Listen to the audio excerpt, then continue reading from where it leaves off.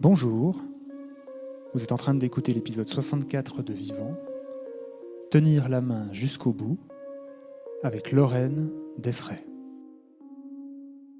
Vivant, c'est le premier podcast dédié aux professionnels du funéraire.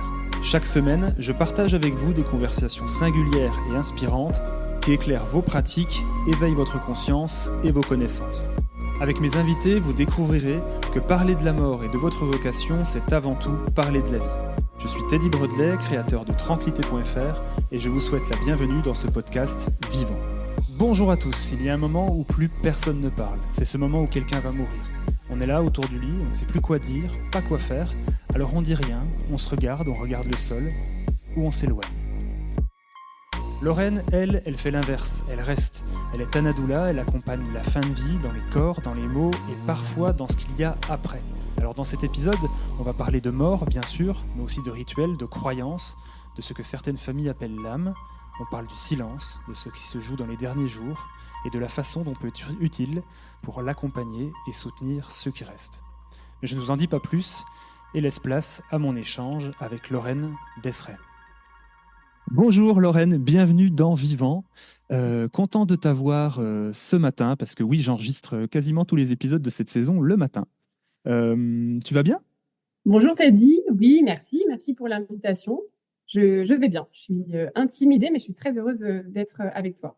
Mais sens-toi à l'aise, tu es en face d'un ami, tout va bien, il n'y a pas de souci, ça va bien se passer. Lorraine, pour les gens qui ne te connaissent pas, est-ce que tu pourrais te présenter en quelques mots ? Oui, donc je m'appelle Lorraine, mais ça tu l'as déjà dit. Je suis fondatrice de Marel, qui est une entreprise d'accompagnement des personnes en fin de vie et en deuil. Ok. Lorraine, Teddy, mais pourquoi ? Qu'est-ce qui t'a poussé à devenir, ça fait longtemps, à devenir accompagnante du deuil, tout ça, t'en es venu comment à ça ? alors c'est un long cheminement. Quand je le raconte, j'ai l'impression que c'est un peu le truc préparé type storytelling. Donc c'est Aïe. pour ça que je le désamorce un peu en amont. Oui, c'est un peu lourd souvent quand on dit alors quand j'étais petite. Mais c'est vrai, quand j'étais petite, j'habitais dans un quartier entouré d'EHPAD.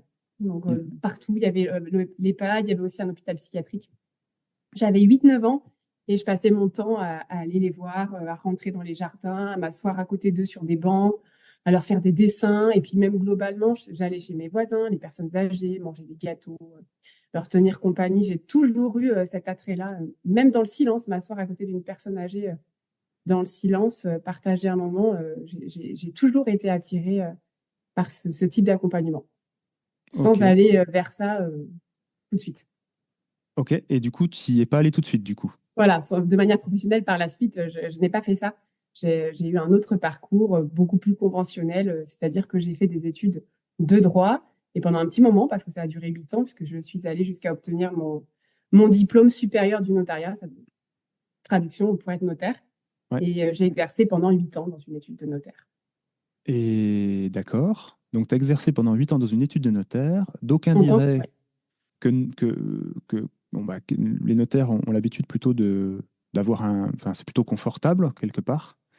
Oui, Euh, alors moi, j'étais pas associée, hein. oui. Mon mari l'est, en revanche. Ah, et c'est plus confortable. Ah, Oui, oui, oui, oui. ok. Est-ce qu'il y a vraiment, au-delà de ce truc qui est au fond de toi depuis enfant, est-ce qu'il y a quelque chose, un moment clé, je sais pas, qui a marqué je dirais le transfert ou la bascule entre le notariat finalement et le fait de se lancer vraiment dans l'accompagnement Alors, j'ai du mal à identifier un moment clé. J'ai pas d'histoire où je pourrais dire bah, il y a eu un drame en particulier qui fait que, parce que souvent on entend ça et c'est souvent un chemin qui mène vers ce type d'accompagnement. Mhm. Moi, c'est pas le cas. Moi, j'ai toujours eu du mal avec toutes les séparations, dire au revoir, se séparer de manière générale. Et j'aime bien l'idée d'aider à le faire. Donc, ça compte quand même dans l'accompagnement en fin de vie. Mais la bascule, vraiment, elle a eu lieu en 2 temps. Donc, quand j'ai changé de travail après le notariat, j'ai fait une petite pause. J'avais besoin pour des raisons personnelles, mais que je peux facilement évoquer ici, c'est que je faisais des FIV pour être maman. Ok. C'était hyper compliqué et ça me demandait beaucoup de temps, des allers-retours à Paris. Moi, je vis à Bourges. Et j'avais l'impression de mettre un peu à mal l'organisation de mes collègues en m'absentant. Donc, je voulais pas, j'adorais mon patron. Donc, j'ai Mhm. démissionné et je me suis consacrée pendant 4 mois à faire ces FIV et ces allers-retours à Paris. Et pendant ces 4 mois, déjà, j'ai réfléchi en me disant, j'aimerais bien accompagner des personnes en fin de vie. Comment je pourrais faire? Est-ce qu'il y a vraiment un métier? Et puis finalement, les filles n'ont pas marché à ce moment-là. Pour le happy end, je le dis tout de suite, je suis maman d'une merveille de 3 ans et demi.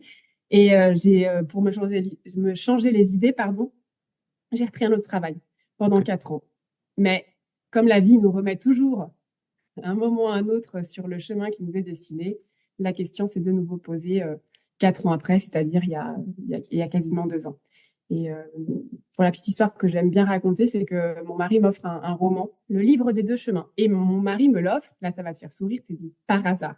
Hmm. Et je le lis et là, je découvre le métier que j'ai toujours voulu faire. Le personnage principal est Tanadoula. Et là, je me dis, mais bordel. Oui, là, on peut dire bordel. Bordel, ça existe en fait. On m'a toujours dit, mais ce que tu veux, ça n'existe pas. C'est soit tu es médecin, soit tu es infirmier, soit tu es psychologue, mais entre deux, ça n'existe pas. Et là, mais si, je vois que Tanadoula, c'est un métier qui existe depuis plus d'une vingtaine d'années au Canada, aux Mhm. États-Unis, en Suisse aussi. Et je me suis dit, mais pourquoi pas? Pourquoi je ne le ferais pas? Pourquoi? J'ai toujours voulu faire ça. Comment on fait? Et ça s'est fait en une demi-heure, hein. J'ai fermé le livre, j'ai pris mon ordinateur et j'ai cherché une formation que j'ai trouvée. J'ai appelé, je crois, dans la journée, comme si enfin, ça y est, quoi, ça se révélait à moi et ça s'imposait. Là, il n'y avait plus de doute. D'accord. Donc, il n'y a pas de moment J'allais clé, me mais quand même. former. Il n'y a pas de moment Oui, clé, voilà. mais quand Et pour ce même. moment clé, pour moi, il est comme ça. Mais c'est Ouais. plus, tu vois, ça a été ça a mûri pendant des années depuis que je suis toute petite finalement. Mais Évidemment, oui, évidemment. ouais. Ok, super. Pour les gens qui écouteraient, qui seraient novices sur la question, comment tu définirais pour toi le métier de Tanadoula et le métier qui consiste à accompagner des personnes en fin de vie ou plus généralement des endeuillés? Je te dirais ça comme ça. Alors, déjà, je vais prendre la petite définition qui est classique de Thanadoula. Thana, ça vient du grec Thanatos, qui est la personnification de la mort. Et puis, doula, ça veut dire servant ou servante en grec. J'aime beaucoup ce terme. Doula, même si pour certains, ça peut paraître étiqueté comme perché. Il y en a qui identifient au doula de naissance, qui connaissent pas les doulas de fin de vie. Moi, j'adore ce terme et j'adore l'idée de servir. Donc, bon, ça, c'est pour l'explication du mot en tant que tel, enfin, l'étymologie, pardon. Pour ce qui est de la façon de l'exercer, je crois qu'il y a autant d'humains que de façons d'exercer le métier de Tanadoula. Moi, en ce qui me concerne, c'est un soutien, c'est pour traverser différentes épreuves, que ce soit la fin de vie, le deuil ou les danses, le fait d'être un aidant d'un proche. Et je m'adapte à chaque situation en proposant différents outils d'accompagnement divers et variés. On en reparlera un petit peu tout à l'heure. Ouais. Euh, comment tu euh, comment t'accompagnes quelqu'un qui est en fin de vie dans ses derniers instants? Alors, derniers instants, pour moi, c'est pas forcément toi, les dernières minutes au final, hein, parce que c'est Ouais. souvent un cheminement qui est assez long, avec un processus physiologique pour beaucoup, psychologique aussi. Euh, en- ouais. Comment t'apportes j'allais dire ta présence englobante et rassurante pour les gens dans ces moments-là? Alors déjà je fais vraiment avec mon cœur. Enfin, tout ce que je fais de toute façon, que ce soit dans l'accompagnement ou même au quotidien, je sais pas faire autrement qu'avec mon cœur, avec quelque chose d'un peu viscéral, même un peu le ventre. Donc déjà être là, la Mhm. présence, ça paraît assez bête, hein. Il y en a qui vont me dire, ah, d'accord, être présent, mais tout le monde peut le faire. Écouter activement, mais c'est super difficile. L'écoute active, pour moi, je trouve que c'est un des exercices peut-être les plus difficiles qui soit parce que voir quelqu'un en face de soi qui souffre, qui est dans une détresse à la fois physique, psychologique, parfois on a envie de lui apporter une réponse, de le soulager, et on pense que soulager, c'est parler, c'est ramener à soi, alors que déjà, écouter pleinement, être présent en conscience, c'est un très grand cadeau et c'est un soutien puissant. Donc déjà, la pleine présence et l'écoute active. Ensuite, moi, il y a quelque chose pour moi qui est important et qui teinte un peu mon exercice de Tanadoula, c'est libérer la parole Mhm. de manière générale. Et j'ai une formation aussi sur la facilitation de cercles de parole en complément. Donc moi, libérer la parole, c'est quelque chose qui me tient énormément à cœur. Aider parfois, même dans la famille, créer un petit cercle de parole, hein, que ce soit à 3 ou à 4. On peut le faire et il y en a qui sont beaucoup en demande sans vraiment oser le formaliser. Ça se fait de manière naturelle. Euh, voilà, libérer la parole, pour moi, c'est aussi un bel outil d'accompagnement intrafamilial. Ok. Et par rapport proches, c'est la même chose? Et ouais, libérer la parole entre eux, en fait. Les aider à se dire des choses qui se sont jamais dites, à faire part de leurs peurs aussi. Chacun accueillir ses peurs. Le fait que l'un puisse s'exprimer sur ses peurs, ses angoisses, ça autorise indirectement l'autre à le faire ensuite, à mieux se comprendre. Savoir comprendre pourquoi l'autre il est agressif, parfois c'est parce qu'il a peur, tout simplement, Oui, bien qu'il sûr. va le rejeter cette agressivité sur sa compagne. J'accompagne actuellement deux personnes, donc l'aidant et une personne en fin de vie, et c'est le cas. La personne en fin de vie est très agressive envers son épouse, mais c'est une forme de protection en fait, et elle le comprend au fur et à mesure, même si Bien c'est sûr. difficile. Mm. Et est-ce que tu as des... Alors, je vais séparer ma question en deux parce que c'est deux questions en une, mais déjà, petit 1, est-ce que tu as observé des craintes, des choses qui reviennent fréquemment justement chez ces personnes-là qui approchent la fin de leur vie? In fine, pareil pour les proches aidants, enfin, tu vois, la famille qui est l'entourage. Est-ce qu'il y a des craintes, des choses qui reviennent souvent dans ce qui est dit, dans ce qui est délivré? Alors, quand on n'est pas forcément dans le domaine, souvent les gens se disent les personnes ont peur de la mort. Et bien moi, je trouve pas tant que ça. Mm. La peur de la mort, finalement, ça arrive un peu en dernier dans la liste des peurs. C'est plutôt la peur de souffrir, la peur d'être seul, incompris, la peur d'être isolé, parce que tout le monde n'est pas entouré par une famille, par des amis. La peur de se sentir extrêmement seul et isolé, ça, ce sont les peurs principales, et de souffrir. Côté souffrance, là, c'est du domaine médical. Et dans certaines villes, on a la chance d'être bien accompagné à ce niveau-là par des équipes mobiles de soins palliatifs ou des services de soins palliatifs. Mais côté souffrance, il y a aussi la souffrance spirituelle, c'est-à-dire se poser la question du sens. Quel sens j'ai donné à ma vie? C'est un peu le moment du bilan. Qu'est-ce que je voulais faire et qu'est-ce que j'ai fait? Et à ce Mm. moment-là, mais ça arrive aussi à 40 ans des fois, la crise de la quarantaine, le moment du bilan. Qu'est-ce que j'ai voulu faire? Qu'est-ce que j'ai fait? Bon, à 40 ans, normalement, on a la chance de pouvoir corriger, mais en toute fin de vie, c'est vraiment le dernier bilan. Et parfois, c'est difficile, oui, de trouver un sens, mais il y en a forcément un. Ok. Et du coup, voilà, donc c'est souvent ça, la question du sens. Bon, je suis pas spécialement plus étonné que ça. Est-ce qu'il y a des demandes, par contre, des attentes? Il peut y avoir des demandes, parfois, quand même assez souvent, de recontacter quelqu'un perdu de Ok. vue. Se dire que sans revoir cette personne, ça va être difficile de lâcher prise et puis de quitter ce monde. Ouais. Et on en voit beaucoup et les services hospitaliers témoignent très souvent. Parfois, il y a des personnes qui sont en fin de vie, ça dure des jours, voire des semaines, tant qu'ils n'ont pas vu la personne qu'ils voulaient voir. Une fois que la personne arrive, il y a comme une boucle qui est bouclée et la personne peut enfin se laisser aller. Mm. Ok. On parle souvent des étapes du deuil. Tu as un avis là-dessus? Oui, alors oui, bien sûr, j'ai un avis, comme beaucoup de personnes formées, c'est-à-dire que on connaît tous dans le grand public Elisabeth Kubler-Ross qui a fait une courbe du deuil en 5 étapes, qui finalement a été énormément remise en question. Euh, D'ailleurs, Elisabeth Kubler-Ross, cette courbe, elle l'a faite en ayant étudié des personnes en fin de vie. C'était pas des personnes en deuil.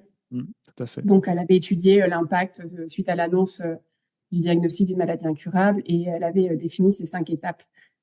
Ça a été remis en question, mais par elle-même, hein, déjà dans son dernier livre, elle commençait à dire que finalement, les personnes ne passaient pas toutes par ces 5 étapes, que certaines passaient d'étape 1 à la 5, revenaient à la 1, passaient par la 2, la 3. C'est pas du tout, c'est pas prescriptif, surtout pas. C'est descriptif. Pour certains, ça peut être un repère, de se dire, ah bah je suis dans cette phase-là, ça semble être connu, c'est rassurant, de se dire que on est un peu, c'est normal. Et pour d'autres, ils s'y réfèrent pas forcément, ils n'y accordent pas d'importance. Mais oui, oui, c'est assez connu ces 5 étapes. Et le docteur Christophe Fauré les a aussi étudiées de manière un peu différente. Et lui, il insiste vraiment sur le fait que, alors lui, il a réuni en 4 phases, mais ça revient même dans le détail. Il insiste vraiment sur le fait qu'il n'y a pas d'ordre et que chaque vécu, chaque expérience est unique et teintée de sa propre expérience de vie. C'est quoi les différentes phases du deuil, du coup? Enfin, les différents, pas phases, mais les différents, parce que moi, je les connais. J'allais dire évidemment, mais oui, ça fait quand même 4 ans que je suis plus ou moins dans ce domaine-là de la mort et du funéraire. Et l'accompagnement du deuil me touche beaucoup, même si j'ai pas l'occasion de le faire. On va dire, je le fais d'une différente manière, hein. Quand tu es avec les familles sur l'administratif, c'est aussi beaucoup d'écoute et beaucoup de réassurance.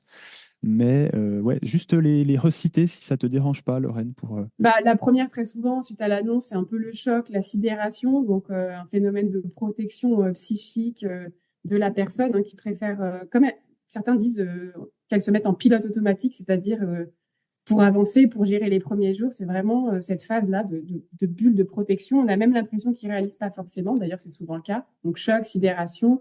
Après, il y a une phase de déni, donc vraiment complètement, on ne veut pas voir la mort en face, enfin la mort de son proche. Et puis la tristesse qui est associée à la dépression, où là, on commence à réaliser et à se rendre compte que plus rien ne sera jamais comme avant et que c'est irrémédiable. Et ensuite, il y a une phase de restructuration. Donc là, c'est le docteur Christophe Forêt qui parle de cette phase de restructuration, où là, on commence à se réadapter à une vie sans ce proche, avec des incidences sur le lien qu'on avait avec ce proche, c'est-à-dire qu'il se transforme et on l'intériorise, une incidence sur la façon dont on est nous-mêmes. On a Mhm. forcément changé, on n'est plus la même personne. Et enfin, une incidence sociale en groupe, c'est aussi différent. C'est plus les mêmes relations qu'on avait avant. Il y a parfois un tri qui se fait et une manière d'aborder les autres aussi qui a évolué. Et enfin, l'acceptation, Ok, entre merci pour guillemets. ça. Entre guillemets. Ouais. Entre guillemets. Mm. Euh, tu as appelé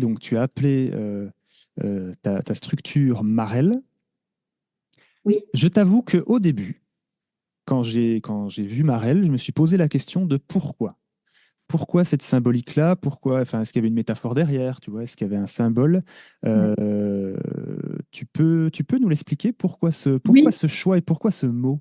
oui. Alors, au début, c'était pas ce nom. Ah, Au début, j'aimais bien Ad Vitam. J'aimais bien Ad Vitam avec l'apostrophe A, accent circonflexe, ME. ouais.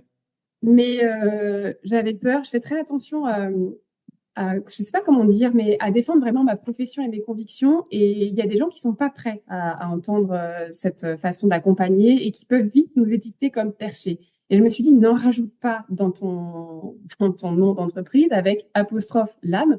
L'âme, pour certains, ça n'a pas de sens. Enfin, chacun, il met le sens qu'il veut et Bien ça sûr. leur parle pas du tout. Et donc, j'étais très gênée avec ce terme depuis le début. J'arrivais pas à le déposer. Et il y avait une raison, c'était pas le hasard. Si ça me gênait, c'est que c'était pas le bon pour moi en tout cas. Mhm. Donc un jour, j'étais en train de travailler de chez moi sur mon projet et là, ça s'est imposé. J'ai pensé à la marelle, au jeu de la marelle. Je sais pas, comme une petite révélation, quelqu'un qui m'a soufflé dans l'oreille marelle. Et je me suis dit, mais oui, oui, c'est évident pour moi la marelle. Cette métaphore de la vie va de la terre jusqu'au ciel. Vraiment, ce parcours qu'on fait parfois en étant un peu à cloche-pied. On peut nous aider, nous accompagner sans forcément nous porter, mais en étant à côté. Et donc ça, c'est vraiment ce qui est apparu de manière évidente pour moi. Et après, il y a eu un petit clin d'œil personnel aussi, c'est que ma fille, depuis qu'elle est toute petite, je lui chante une chanson qui s'appelle Le jeu de la marelle et qui dit Le jeu de la marelle va de la terre jusqu'au ciel, entre la chance et le puits, tu reviens et c'est fini. Petite, petite fille, tu es là pour t'amuser, lance bien la pierre, prends garde où tu mets tes pieds. Et j'adore. Voilà. C'est une Tout est chanson. dit dans cette C'est une chanson. chanson de qui là? Alors, elle a été reprise par Dom Lanena. Je ne sais pas si tu connais. Non. Et bon, je t'enverrai la référence. Et en plus, elle a un double langage. Elle a un refrain en espagnol. Et pour moi, l'Espagne a beaucoup de sens aussi. Dans le fait d'avoir eu ma fille, j'ai bénéficié d'un don d'ovocytes en Espagne. Donc, tout était réuni. Voilà. Ok. Ok. Ok. Super. Sans transition du coup, parce que t'as mis le mot âme à un moment donné, à travers la marelle. Il y a quand même voilà, enfin, il y a quand même cette notion, je dirais, de cycle quelque part. Euh, est-ce que chez toi, la spiritualité a une place importante de façon générale, et est-ce que ça influe sur la façon dont tu peux accompagner les gens? Oui, alors la spiritualité, elle a une importance pour moi depuis toujours, sans arriver à la définir pour autant. Je ne saurais pas te dire quelle est, moi, ma spiritualité. Je crois beaucoup aux connexions entre les âmes, justement. Voir quelqu'un, l'impression de le connaître depuis toujours, ça paraît tellement bateau de dire ça, mais on l'a tous vécu, je pense. Que Oh ce soit oui, en amitié, en amour, ou quelle que soit la relation, des choses, des connexions évidentes qu'on ne peut pas remettre en question, qu'on ne sait pas forcément expliquer. Donc, ces connexions d'âme, j'y crois vraiment. De cœur aussi, mais pour moi, c'est lié, l'âme et le cœur. Et puis, oui, il y a des forces supérieures, je crois. Je crois en je ne saurais pas l'expliquer, mais tu vois, moi, quand je suis pas bien, je regarde le ciel et quand je suis je vais faire un footing, je regarde le ciel et j'y puise une force hyper importante. Je sais pas que, j'imagine pas que quelqu'un soit au ciel, pas du tout. Mais voilà, je me ressource dans des éléments vivants, dans la terre, la forêt, la nature. Et pour moi, il y a vraiment des âmes que je ne saurais décrire dans ces endroits-là et qui m'apportent beaucoup. Dans l'accompagnement, c'est pareil, même si je peux pas l'évoquer avec la personne que j'accompagne, je ne peux pas savoir si elle y est sensible, sauf si elle se livre à moi à ce sujet.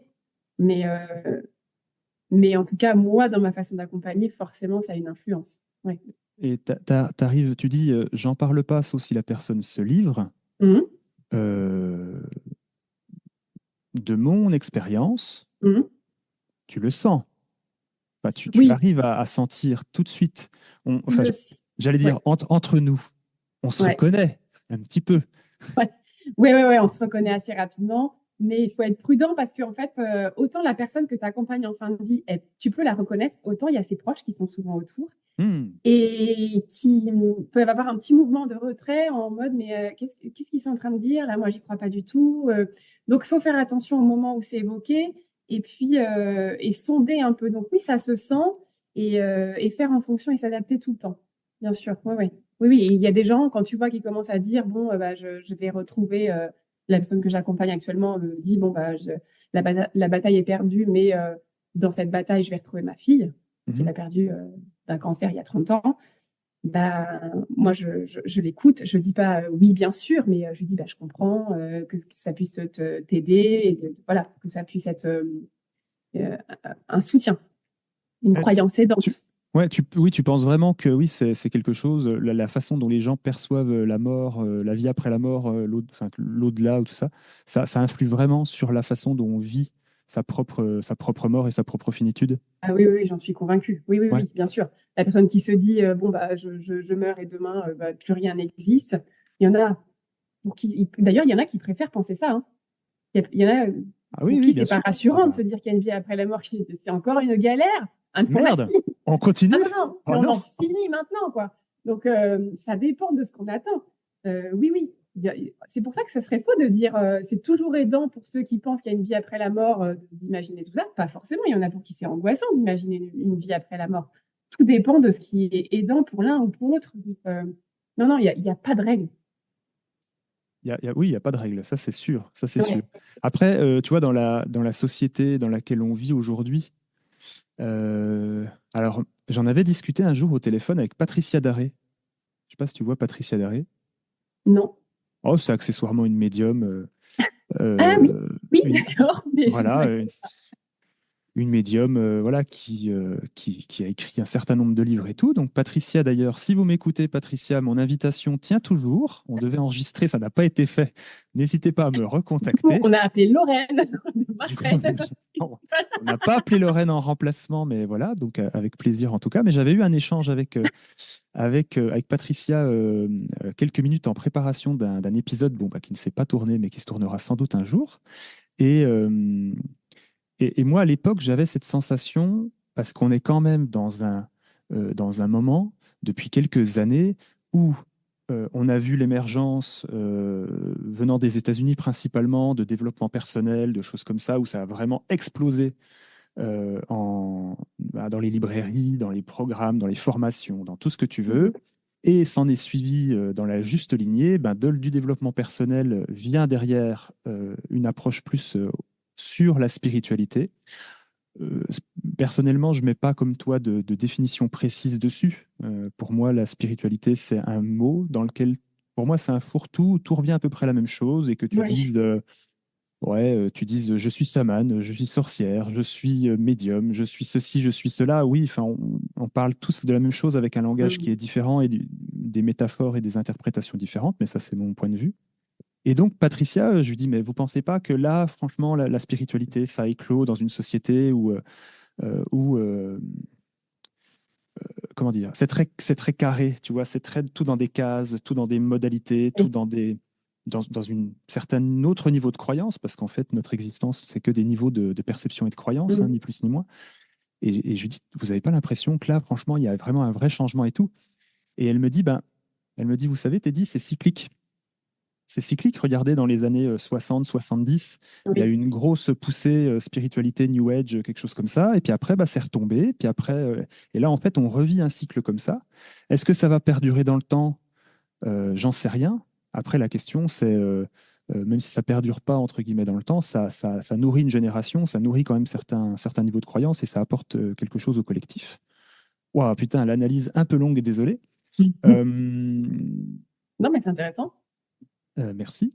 Euh, du coup, est-ce que tu penses que euh, aujourd'hui, on est dans une phase où on parle quand même.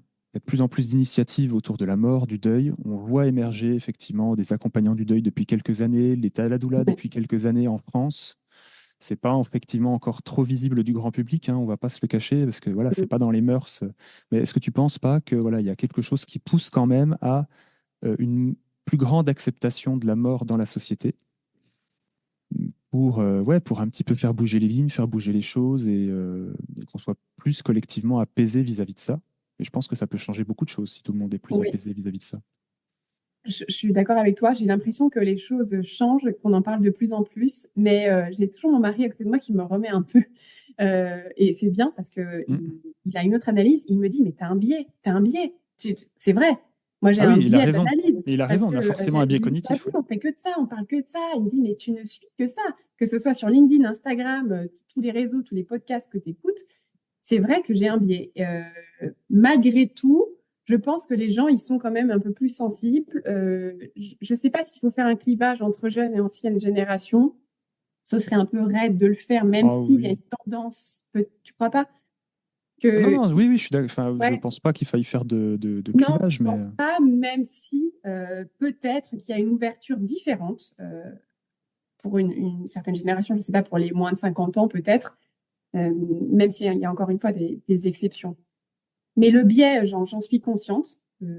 Toutefois, je pense que les choses évoluent et on le voit. Sinon, la formation, en tout cas moi que j'ai fait en France, elle existe que depuis 3 ans. Mhm. Il y a bien une demande, il y a bien des gens qui ont cherché. Il y a d'autres organismes de formation qui se sont développés ensuite. Donc, depuis le Covid a eu une énorme incidence aussi. Il y a des gens qui se sont retrouvés seuls, à mourir seuls énormément.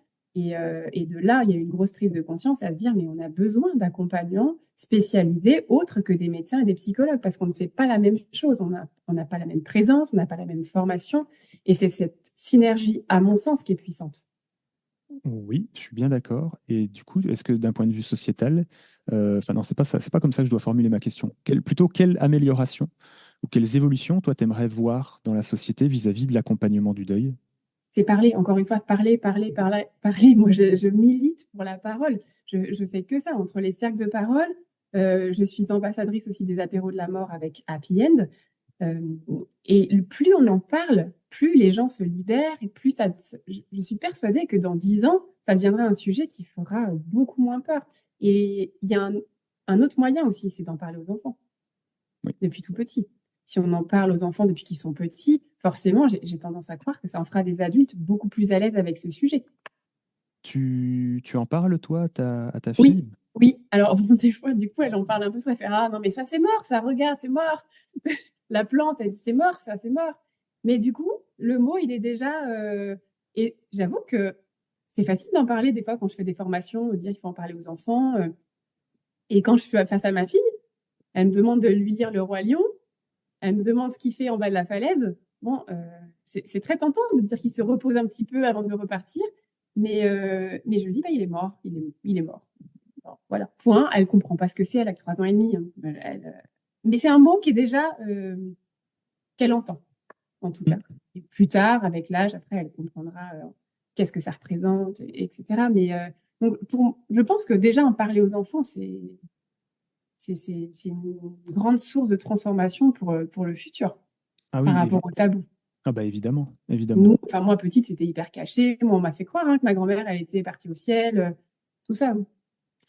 Euh, Est-ce que tu aurais une anecdote qui t'aurait marqué d'une relation avec une personne en fin de vie, d'un accompagnement, que tu aimerais partager avec nous? Je sais pas, mais il y a quelque chose que j'aimerais évoquer peut-être, c'est moi dans ma manière d'accompagner, je tiens aussi à aider les personnes à réaliser Mhm, des rêves en fin de vie. Et de fait, ça s'est jamais présenté dans mes accompagnements à titre personnel, mhm. mais ça l'est en tant que bénévole dans l'association Ambulance des rêves. D'accord. Donc, je suis bénévole dans cette association. Et ce que je veux partager là, c'est plutôt l'idée que réaliser un rêve quand on est en fin de vie, ce n'est pas du tout le même type de rêve que quand on parle. Toi et moi, t'es dit, tu vois, si je te dis, toi, tu as un rêve, là, c'est quoi? Peut-être tu vas me dire sauter en parachute. J'ai déjà Bon, fait. bon, bah voilà. Oh là là. J'ai fait une séance d'ostéo derrière parce que ça m'avait complètement déglingué. Mais Bah sinon, voilà. mais ouais, je l'ai fait. Bon, mais tu répondrais peut-être pas la même chose en fin de vie. Et c'est ça que je trouve très touchant, tu vois, c'est que en toute fin de vie, les personnes ont des souhaits qui nous, au quotidien, nous paraissent bon, un peu anodins, sauf que ça prend une valeur. Par exemple, une personne qui veut aller voir une dernière fois la mer, c'est bateau, peut-être, mais Ouais. ça n'a pas de, enfin, ça n'a pas de prix. Et donc, l'association organise ce type de sortie, donc soit aller voir la mer. Dernièrement, ils ont permis à une dame d'aller voir une dernière fois sa maison, de passer 3 heures dans son jardin et dire au revoir à sa maison parce que elle le sait très bien, elle n'y retournera pas. Et d'ailleurs, elle est décédée quelques jours après. Donc, assister au mariage de sa fille, voilà. Donc, c'est tous ces rêves-là, moi, ouais, plutôt que j'ai envie de partager le fait que de se rendre compte que toutes les petites choses qu'on peut faire, ça a une valeur immense quand on est dans les derniers jours ou les dernières heures. Oui, mais ça, on s'en rend difficilement compte tant qu'on n'est pas confronté à ou confronté à la peur à un moment donné de mourir. Et oui, Euh, Tu vois, il y a quelques années en arrière, à un moment donné, j'ai cru que j'allais crever. Mais vraiment. Et en fait, tous les quand tu jours sautes qui... en parachute ou pas? Non, non, non, rien à voir. Non, non, rien à voir. Mais vraiment, je me suis dit, non, mais c'est pas possible. Je peux pas t'expliquer, hein. C'était plus dans ma tête qu'autre chose, hein. Il y avait vraiment quelque Oui, chose de assez sombre à ce moment-là.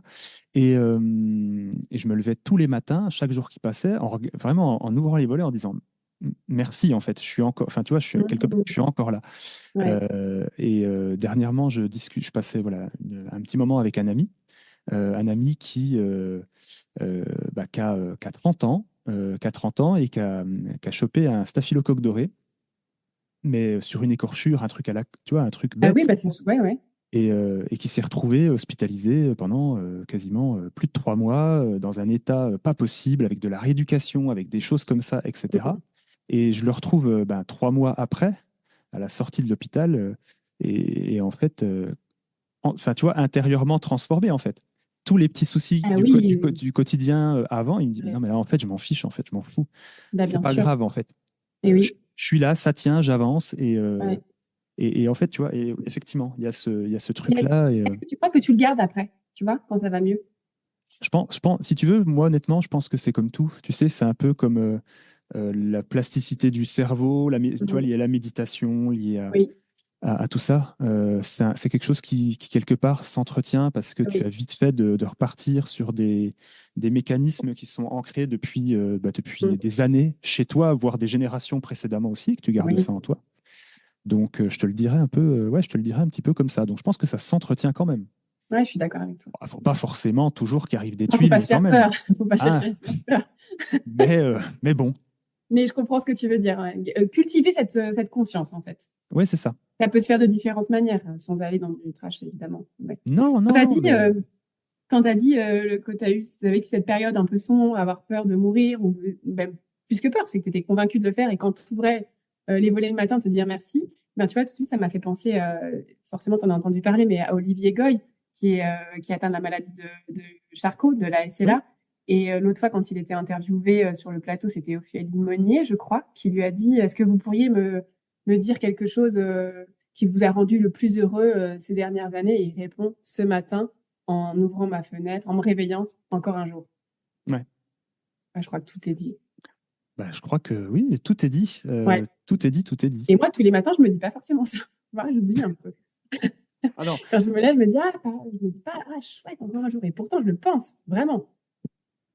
moi, Ça, je tous vais les, essayer. Tous les matins en ce moment, moi, je me fais réveiller par mon chat. J'ai un chat depuis un mois. Ah oui?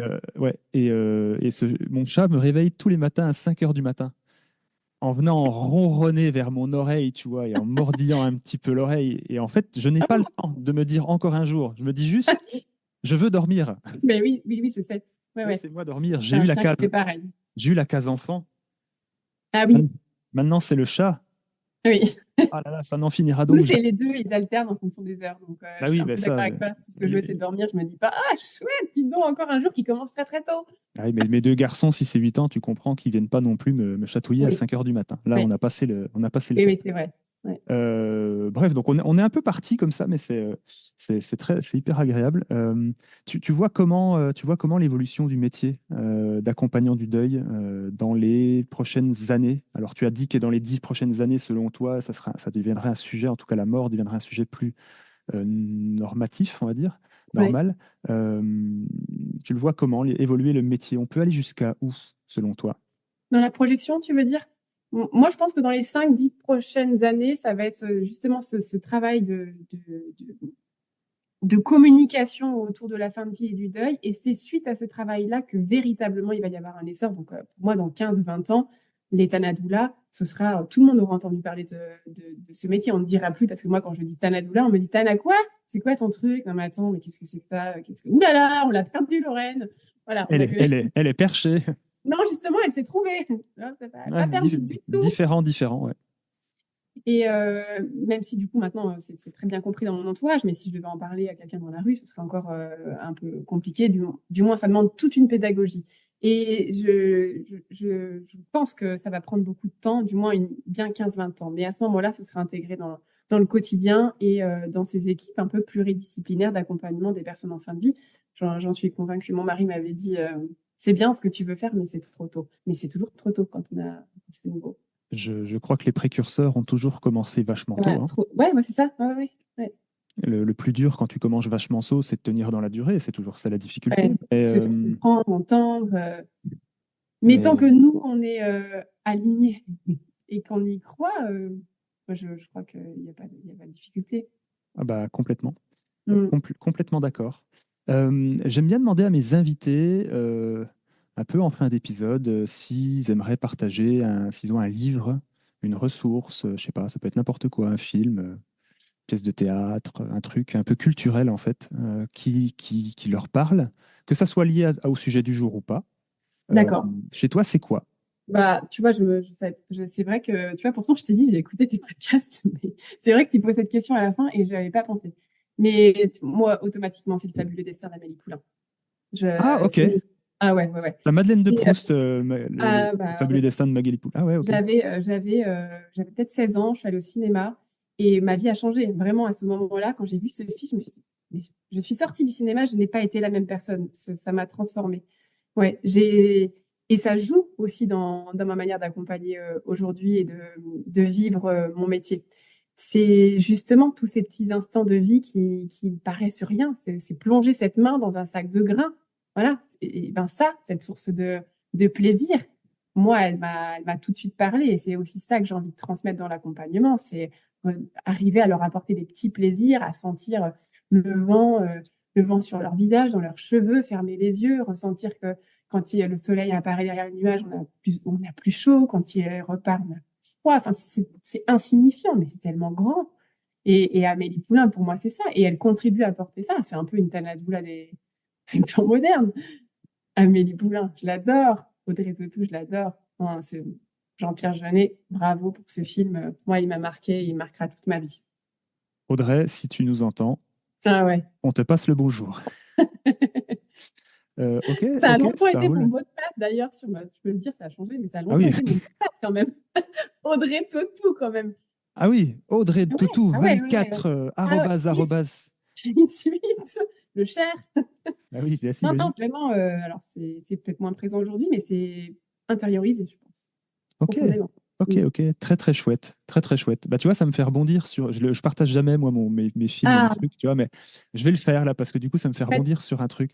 C'est La vie rêvée de Walter Mitty, ben, je ne l'ai jamais. qui est un film incroyable avec Ben Stiller.